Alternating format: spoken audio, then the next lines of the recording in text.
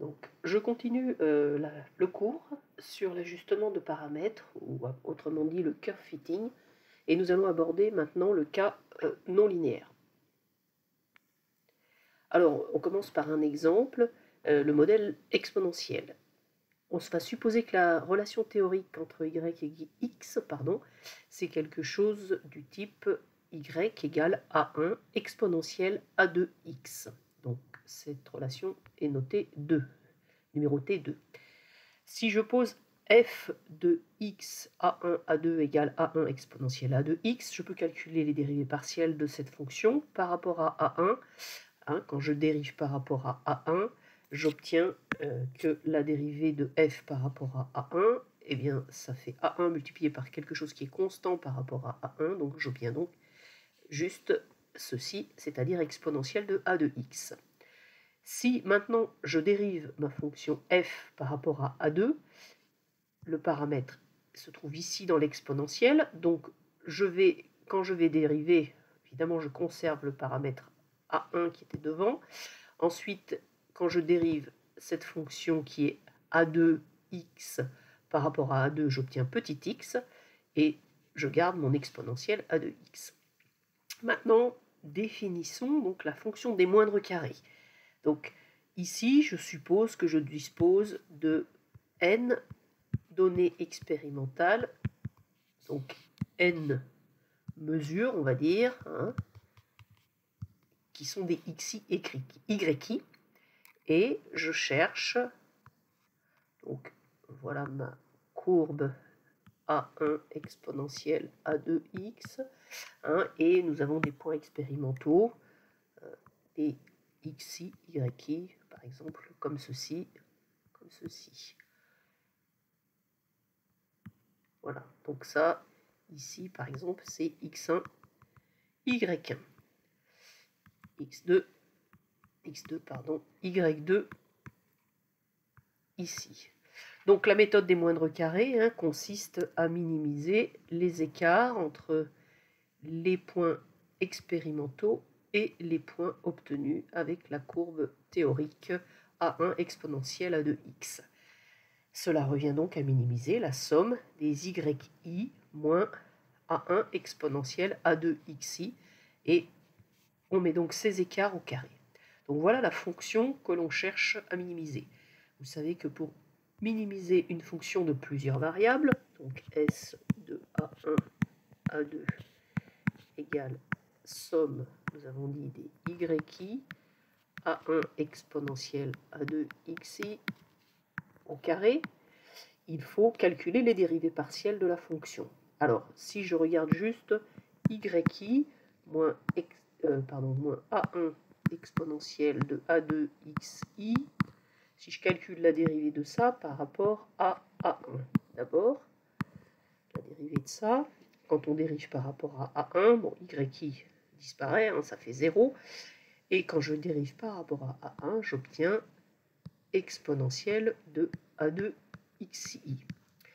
Donc, si je dérive toujours par rapport à A1, yi moins A1 exponentielle de A2xi au carré, qu'est-ce que j'obtiens? Eh bien, j'obtiens 2, j'avais un moins, donc moins 2, la dérivée qui est ici, exponentielle de A2xi, et multipliée par yi moins A1 exponentielle de A2xi. Voilà la dérivée par rapport à A1.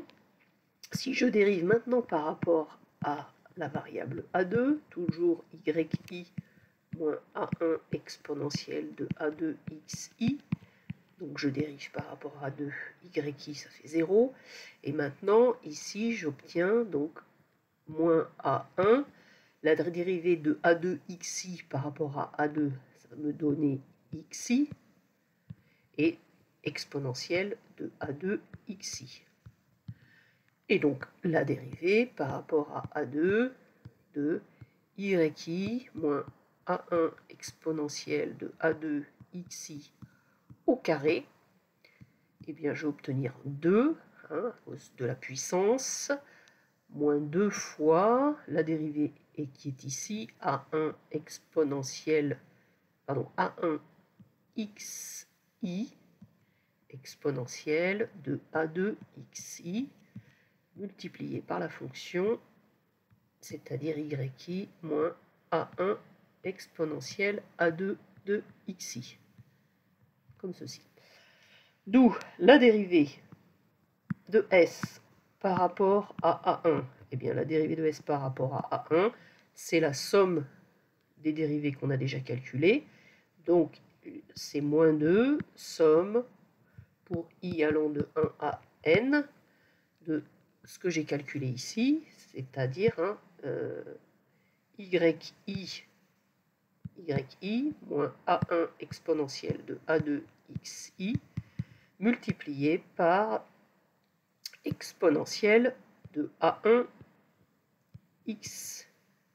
a2 xi. Donc il faut que ça se soit nul, et de la même façon, il faut que la dérivée de S par rapport à A2 soit nulle aussi. Donc en utilisant ce que j'ai calculé ici, je peux sortir le moins 2, je peux sortir le A1 de la somme. Par contre, tout le reste dépend de I. Donc j'obtiens xi exponentielle de A2 xi multiplié par yi moins A1 exponentielle de A2 xi. Ça égale à 0, somme pour i allant de 1 à n. Donc ces équations ici ne sont pas des équations linéaires par rapport aux paramètres A1 et A2. Vous voyez que le A2 il est dans l'exponentielle. Donc ce système n'est pas un système linéaire par rapport à A1 et A2. Donc, en fait, on ne sait pas résoudre de façon explicite ce problème. Donc, c'est ce que, quand on cherche les points critiques, c'est ce que j'ai écrit. C'est un système non linéaire dont on ne connaît pas de solution exacte. Cependant, ce problème, on peut le transformer en un problème linéaire par un changement de variable. Alors, c'est ce qui était fait par le passé, hein, parce que on verra que maintenant on sait résoudre de façon non pas exacte mais numérique le système qui est plus haut. Mais avant, qu'est-ce qu'on faisait? On posait z égale logarithme de y. Et donc, nous avons y qui est égal à a1 exponentielle de a2 fois x. Et donc, logarithme de y, eh bien, c'est logarithme de a1 exponentielle de a2x. Logarithme d'un produit, c'est logarithme de a1 plus logarithme de exponentielle de a2 fois x. Logarithme d'exponentielle, ça me donne bien a2x et logarithme de a1. Ce qui veut dire que z, c'est un alpha 1 plus a2 fois petit x, en posant alpha 1 égale ln de a1. On reconnaît une relation linéaire, on reconnaît une droite qui dépend de x. Et donc, de cette façon, en faisant ce changement de variable, eh bien, on a linéarisé le problème. On s'est ramené à un problème linéaire, le cas de la droite, qu'on sait parfaitement résoudre. Donc, on sera capable de déterminer alpha 1, on sera capable de déterminer A2 avec la fonction LM. Et puis, une fois qu'on a donc alpha 1, c'est facile de retrouver A1, il suffit de prendre l'exponentielle de alpha 1. Voilà. Donc, il existe d'autres changements de variables possibles, notamment dans le modèle de Michaelis-Menten-Henry. Pour déterminer les constantes Vm et Km, eh bien, je cite ici 3 linéarisations qui sont utilisées. La plus fréquente, c'est celle-ci. En effet, si vous prenez, vous regardez l'équation qui est ici et vous calculez 1 sur V, donc 1 sur V, je prends donc l'inverse, c'est Km plus S divisé par Vm fois S. Et donc, ça me fait Km divisé par Vm oui c'est ça, et multiplié par 1 sur S, plus j'obtiens S divisé par Vm sur S, ce qui veut dire que ça me fait 1 sur Vm.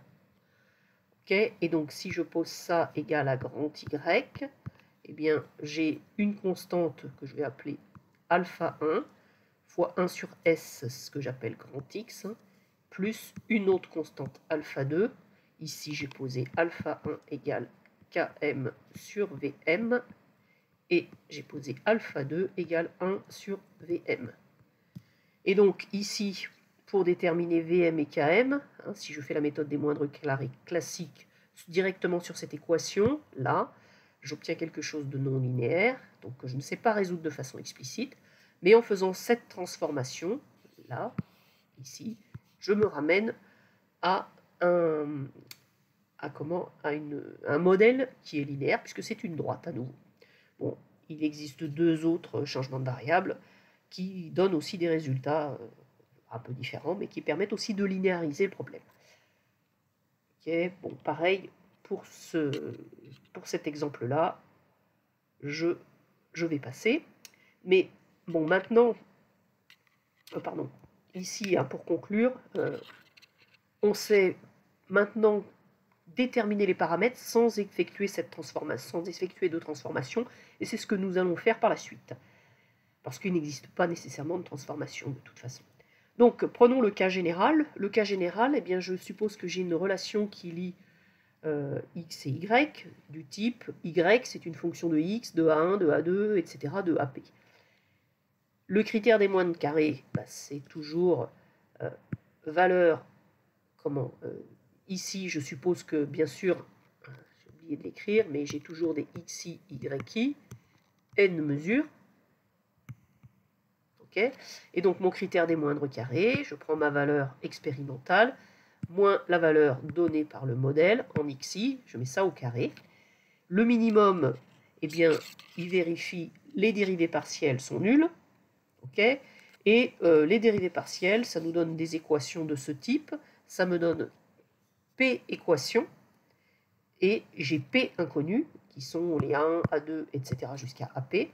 Mais ce système d'équations est non linéaire, et en général, on ne connaît pas de solution exacte. Alors,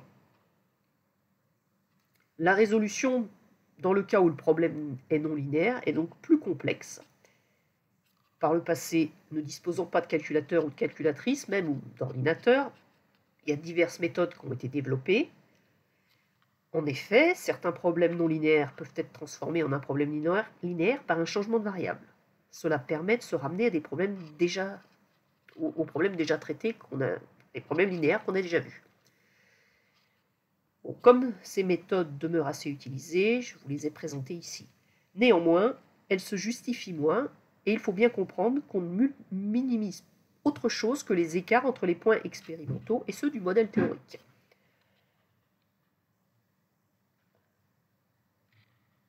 Alors, donc on ne minimise plus la quantité qui est affichée, mais une quantité transformée. Donc maintenant, eh bien, nous allons voir que grâce à des techniques, bon, évidemment, grâce à la puissance des calculateurs, des ordinateurs, et puis à des méthodes de minimisation, on peut obtenir avec des logiciels des meilleurs résultats, c'est-à-dire des résultats qui répondent vraiment à la question calculer le minimum de cette fonction. Donc je suppose que je dispose d'un jeu de données xi et yi dans une data frame. En utilisant le logiciel RStudio par exemple, on sait chercher le minimum d'une fonction de plusieurs variables par la méthode des moindres carrés. Et comment allons-nous faire? Eh bien, on va utiliser la commande NLS, Non-Linear Least Square. Alors, comment elle s'utilise? Elle s'utilise de la façon suivante.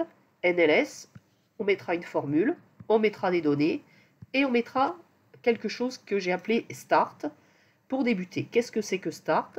Ce sera des valeurs initiales des paramètres. Alors, dans la mesure du possible, on essaie de ne pas mettre n'importe quoi comme paramètre, comme valeur initiale des paramètres. Alors, pourquoi? Comment ça fonctionne? Par exemple, ah oui, par exemple, dans le cas du modèle exponentiel précédent, ben voilà, on va écrire la formule, elle est là. Ça, c'est ma formule. OK. Donc A1 exponentielle de A2x, d'accord. Ici, dans data, ben, je mettrai mes données. OK. Et ici, eh bien, je donnerai des valeurs de départ pour A1 et pour A2. Ces valeurs, évidemment, elles vont dépendre de mon jeu de données. Je vais les adapter. Je vais essayer de ne pas mettre n'importe quoi. En particulier, si par exemple, j'ai la valeur pour x égale 0, y pour x égale 0 dans mes données, eh bien, ça me donnera la valeur, puisque exponentielle en 0, c'est 1, ça me donnera une idée de la valeur A1, une valeur de départ, une valeur A1, 0 pour commencer. Voilà. Bon, on verra concrètement comment on fait. Bon, avec ce modèle, si vous mettez un peu n'importe quoi au départ, en général, ça converge de quoi qu'il arrive. Néanmoins, nous allons voir comment fonctionne le logiciel pour déterminer le minimum de S.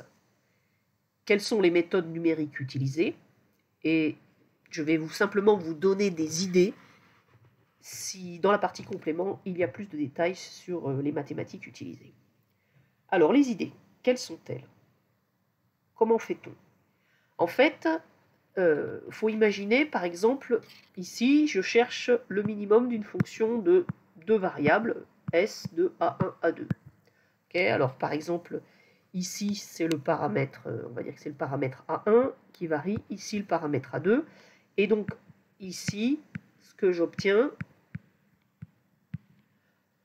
en Z, hein, si on veut, enfin, sur cet axe vers le haut, là, c'est les valeurs de S de A1 à 2. Donc, pour n'importe quel point de ce carré-là, eh bien, j'associe, je prends un point ici, et je lui associe ici, donc là, j'ai un A1, A2, je sais pas moi, indice 0, 0, eh bien, ici, je calcule, j'obtiens la valeur, ici, ok, la valeur S de A1, 0, A2, 0. D'accord? Donc ça représente la surface de la fonction S. Ici, j'ai dessiné dans le plan A1, A2 ce qu'on appelle les courbes de niveau. Donc ici, pour une certaine valeur de S, ici, je projette dans le plan A1, A2, j'obtiens ce qui s'appelle ici des courbes de niveau.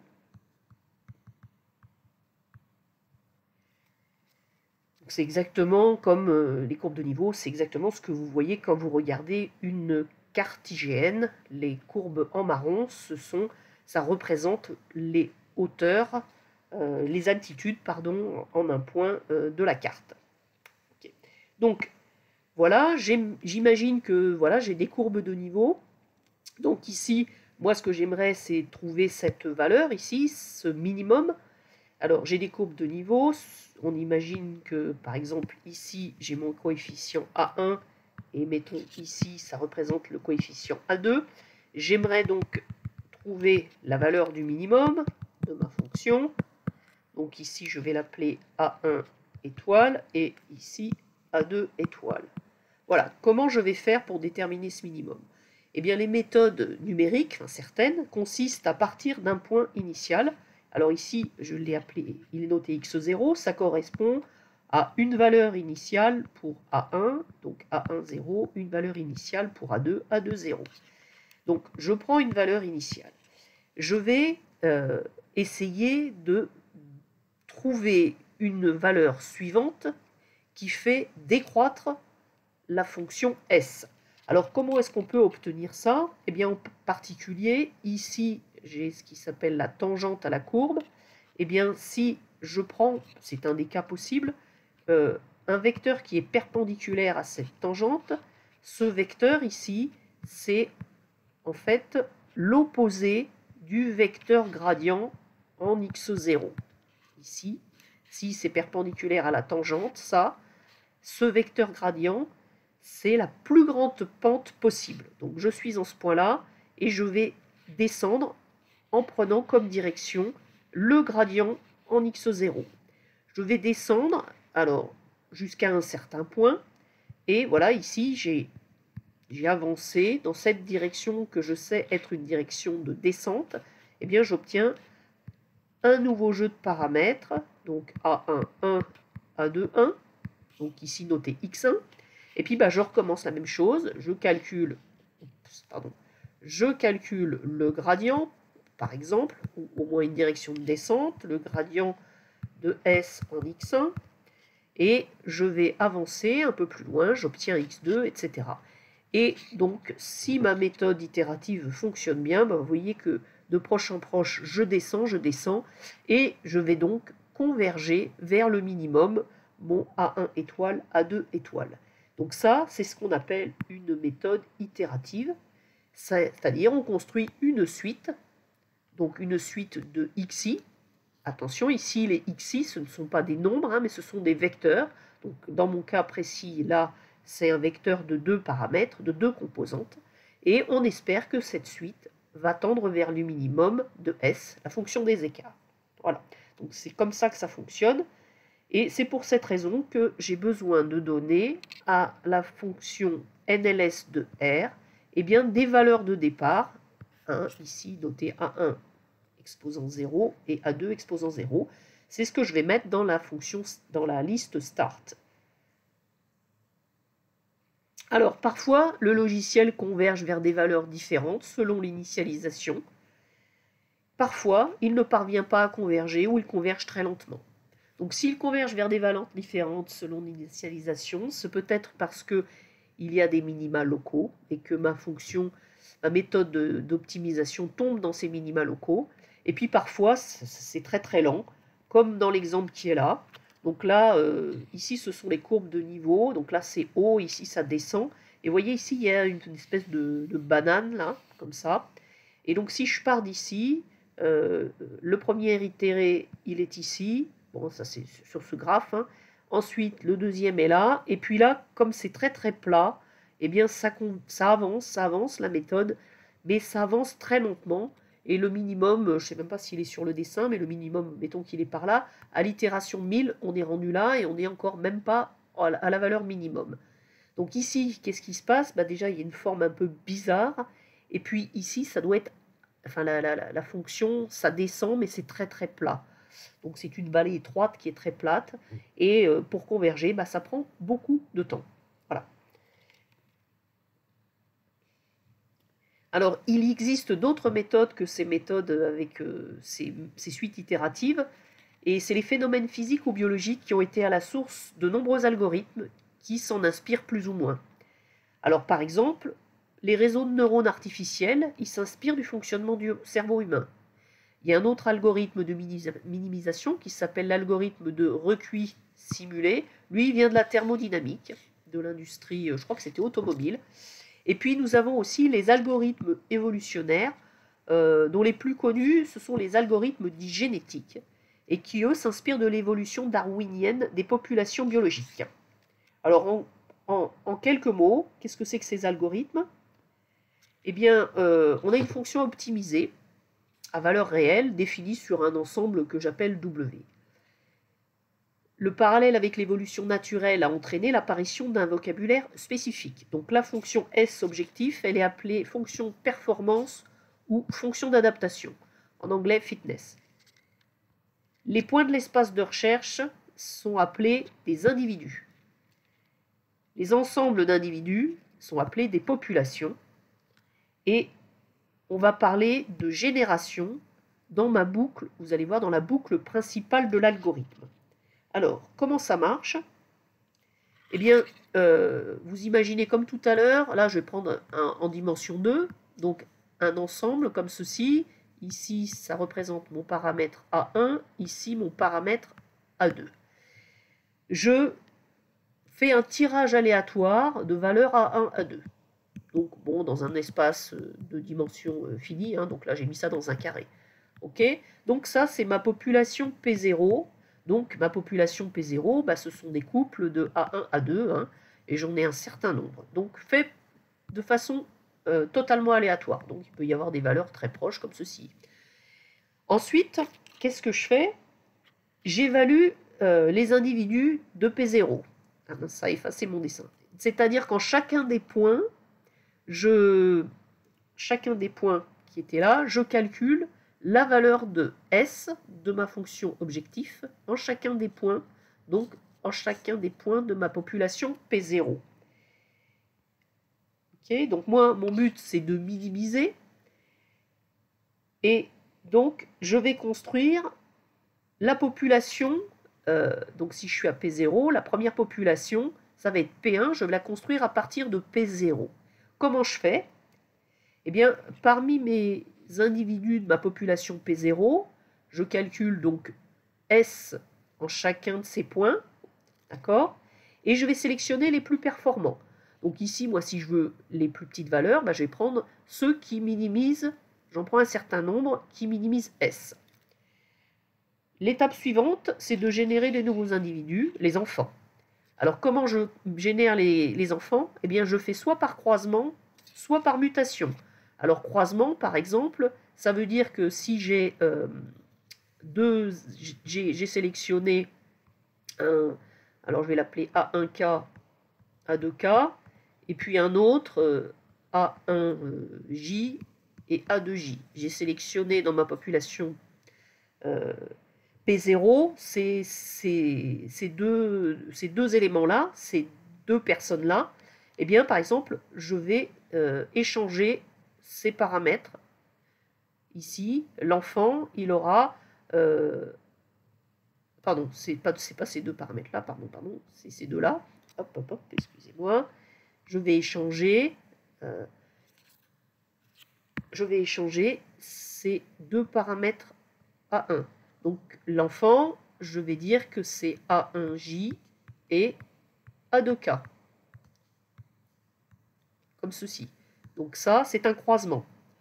Une mutation, eh bien, je vais prendre un élément A, AI, J, A2, pardon, I, et puis je vais perturber, par exemple, le premier coefficient. Donc ça va être A1I plus un petit quelque chose. A2I. Voilà, je vais faire une petite mutation sur le premier coefficient ou sur le deuxième. Donc une fois que j'ai créé ma population d'enfants, issue de ma population de parents, j'évalue les enfants et je remplace les parents au moyen d'une sélection parmi les enfants. Une fois que j'ai fait ça, hop, je remonte là-haut, je sélectionne les plus performants, etc. et j'itère. J'itère jusqu'à ce que j'ai atteint un niveau souhaité, ou bien un nombre fixé de générations. Voilà, donc ça, c'est ce qu'on appelle des algorithmes génétiques.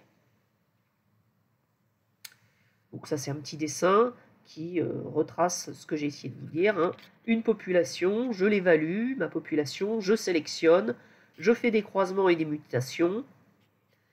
Soit j'ai terminé, je me contente de ce que j'ai obtenu, soit non, je remonte, j'évalue la population qui a été engendrée par la population précédente, sélection, croisement, mutation, etc. Voilà. Et donc, en général, ce genre de méthode, ça marche plutôt pas mal, et on arrive bien à trouver les minima. Bon, quand c'est des fonctions de deux variables, c'est assez facile. Quand il y a plus de paramètres, évidemment, ça peut être un peu plus compliqué et un peu plus long. Voilà, dernière petite chose, parfois nous aurons, souvent en biologie, on va disposer de données TI, YI et d'un modèle qui est une équation différentielle. Et soit je sais calculer les solutions de l'équation différentielle, auquel cas j'ai bien une courbe théorique, soit je ne sais pas résoudre explicitement, c'est-à-dire calculer la solution exacte Y. Et bien dans ce cas, je vais calculer une solution approchée de l'équation différentielle par une méthode numérique. Et donc, si j'ai des TI, YI, par ma méthode numérique, je vais chercher à calculer donc Y théorique, ma solution de l'équadif ici, eh bien, je vais chercher à l'évaluer en TI. Et du coup, eh bien, ma fonction des moindres carrés, qui dépendra donc de A1 et ici P, si j'ai P variable, ce sera la somme, pour I allant de 1 à N, si j'ai N données, des YI, données expérimentales, moins les Y théoriques. Alors, ce sera des valeurs approchées de la solution de l'équadif.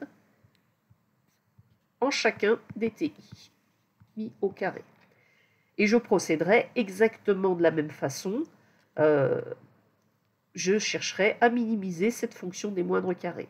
Donc l'étape, ça consistera à évaluer les solutions de l'équadif, ici, pour un certain jeu de paramètres, calculer la fonction S, chercher à minimiser, donc à rendre plus petite cette fonction, recalculer donc avec le nouveau jeu de paramètres la nouvelle solution, etc., en chacun des TI, etc., jusqu'à converger, on espère, vers les meilleures solutions, c'est-à-dire les meilleurs paramètres pour représenter les données expérimentales TI, YI.